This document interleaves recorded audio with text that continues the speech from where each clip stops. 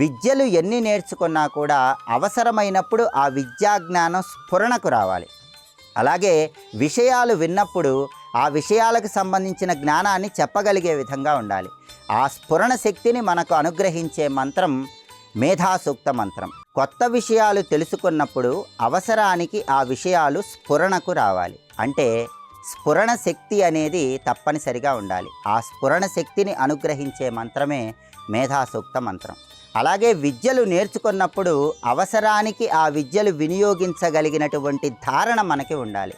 ఆ ధారణ శక్తిని మనకు అనుగ్రహించేదే మేధాసూక్త మంత్రము. కాబట్టి కేవలం విద్యలు నేర్చుకోవటం కాకుండా స్ఫురణ శక్తి, ధారణ శక్తి, మేధాశక్తి వీటన్నిటిని సంపూర్ణంగా సిద్ధింపజేసుకోవటానికి మేధాసూక్త మంత్రం విశేషంగా సహకరిస్తుంది. అందుకే ప్రాచీన కాలంలో గురువుల దగ్గర శిష్యరికం చేస్తున్నప్పుడు మొట్టమొదట మేధాసూక్త మంత్రాన్ని జపించమని గురువులు శిష్యులకు బోధించేవాళ్ళు. ఈ మేధాసూక్త మంత్రాన్ని జపించటం వల్లే అన్ని విద్యలు అవసరానికి స్ఫురణకు వచ్చేవి. ఆ విద్యలు అవసరానికి తిరిగి వినియోగించుకోవటానికి విశేషంగా ఉపయోగపడేవి. అందువల్ల అంతటి శక్తి కలిగినటువంటి ఈ మేధాసూక్త మంత్రాన్ని ఎవరైనా సరే కొత్త విద్యలు ప్రారంభించేటప్పుడు పఠించినట్లయితే విద్యలన్నిటిలో కూడా అద్భుతమైన విజయాలు చేకూరతాయి. ఆ విద్యలకు సంబంధించిన ధారణ శక్తి పెరుగుతుంది, అవసరానికి వినియోగించగలిగే శక్తి పెరుగుతుంది, వాక్చాతుర్యం పెరుగుతుంది, స్ఫురణ శక్తి పెరుగుతుంది. వీటన్నిటికీ మేధాసూక్త మంత్రం అద్భుతంగా ఉపకరిస్తుంది. ఓం మేధామ్మ ఇంద్రో దదాతు మేధాం దేవి సరస్వతి మేధాం మే అశ్వినావు భావా దత్తాం పుష్కరస్రజః.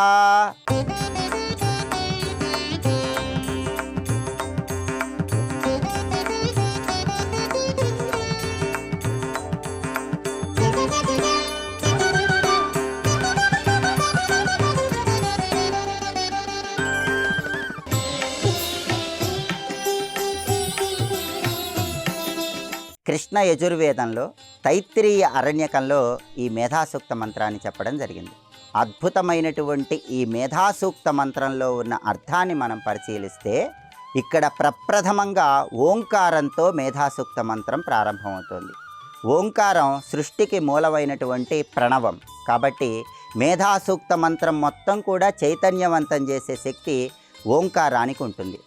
ఓం మేధామ్మ ఇంద్రో దదాతు అంటే అర్థం ఏంటంటే మేధాశక్తిని దేవతల రాజైనటువంటి ఇంద్రుడు ప్రచోదనం చెయ్యాలి అని అర్థం. అలాగే మేధాం దేవి సరస్వతి అంటే అర్థం ఏంటంటే సరస్వతీదేవి నాలో ఉన్నటువంటి మేధాశక్తిని ప్రచోదనం చెయ్యాలి అని అర్థం. అంటే మేధాశక్తిని ప్రచోదనం చేసేటటువంటి ముగ్గురు దేవతలకు సంబంధించిన శక్తిని ఈ మంత్రంలో చెప్తున్నారు. మొట్టమొదట ఇంద్రుడు మేధాశక్తిని ప్రచోదనం చేయాలని, ఆ తర్వాత సరస్వతీదేవి మనలో ఉన్నటువంటి మేధాశక్తిని ప్రచోదనం చేయాలనే అర్థంలో ఓం మేధామ్మ ఇంద్రో దదాతు మేధాం దేవి సరస్వతి అంటూ ఈ మంత్రంలో మొదటి వాక్యంలో ఇంద్రుడిని సరస్వతీదేవిని స్మరించుకుంటున్నారు. ఆ తర్వాత ఈ మేధాసూక్త మంత్రంలో ఉన్న రెండో వాక్యంలో మేధాం మే అశ్వినాసు భావాదత్తం పుష్కరస్రజః అంటే అర్థం ఏంటంటే అశ్విన ఉభౌ అధత్తాం అనే 3 పదాలు కలిసి ఉన్నాయి. అశ్విన ఉభౌ అంటే ఇద్దరు అశ్విని దేవతలు అని అర్థం. అధత్తాం అంటే అనుగ్రహించటం అని అర్థం. మేధామ్మే అశ్వినావు భావాధత్తాం అంటే అర్థం ఏంటంటే ఇద్దరు అశ్విని దేవతలు నాకు అద్భుతమైన మేధాశక్తిని అనుగ్రహించాలి అని అర్థం. పుష్కరస్రజ అంటే దివ్యమైనటువంటి తామర పుష్పాల మాలికలను ధరించి ఉన్న అశ్విని దేవతలు నాకు మేధాశక్తిని అనుగ్రహించాలి అని అర్థం. కాబట్టి మొత్తం మంత్రంలో ఓం మేధామ ఇంద్రో దదాతు మేధాం దేవీం సరస్వతి మేధాం మే అశ్వినావు భావాదత్తాం పుష్కరస్రజ అనే మంత్రంలో ఇంద్రుడు, సరస్వతీదేవి, అలాగే దేవతల వైద్య స్వరూపమైనటువంటి అశ్విని దేవతలు, తామర పూల మాలికలు ధరించినటువంటి అశ్విని దేవతలు వీళ్ళందరూ కూడా నాకు అద్భుతమైనటువంటి మేధాశక్తిని, జ్ఞానాన్ని, ప్రజ్ఞాపాఠవాలను అనుగ్రహించాలి అని ప్రార్థించడమే ఈ మంత్రంలో ఉన్న అంతరార్థం.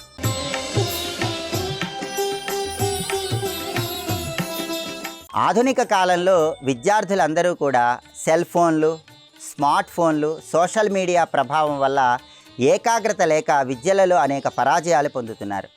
డిజిటల్ మీడియా ప్రభావం వల్ల విద్యలలో ఏకాగ్రత లేని సమయంలో విద్యలలో ఏకాగ్రతను పెంపొందింపజేసుకోవటానికి మేధాసూక్త మంత్రం అద్భుతంగా ఉపకరిస్తుంది. అందుకే విద్యార్థులందరూ కూడా ప్రతిరోజు వాళ్ళ విద్యలు నేర్చుకోవటం ప్రారంభించే ముందు కనీసం 11 సార్లు ఈ మేధాసూక్త మంత్రాన్ని పఠించాలి. అప్పుడు ఏకాగ్రత పెరుగుతుంది. దానివల్ల విద్యారంగంలో అద్భుత విజయాలు సిద్ధింపజేసుకోవచ్చు.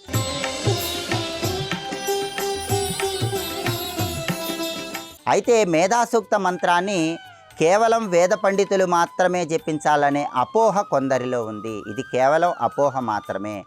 ఎవరైనా సరే, విద్యార్థులు కానీ, వ్యాపారస్తులు కానీ, ఏ రంగంలో ఉన్న వాళ్ళైనా సరే, వాళ్ళ రంగంలో ఏకాగ్రత పెంపొందింపజేసుకోవటానికి ఈ మేధాసూక్త మంత్రం అద్భుతంగా ఉపకరిస్తుంది. కాబట్టి ఆధునిక కాలంలో సంపూర్ణంగా ఏకాగ్రతను అందిపుచ్చుకోవటానికి, ఈ రకమైనటువంటి వ్యామోహాల నుంచి బయటికి రావటానికి మేధాసూక్త మంత్రం అద్భుతమైన ఫలితాలను సిద్ధింపజేస్తుంది.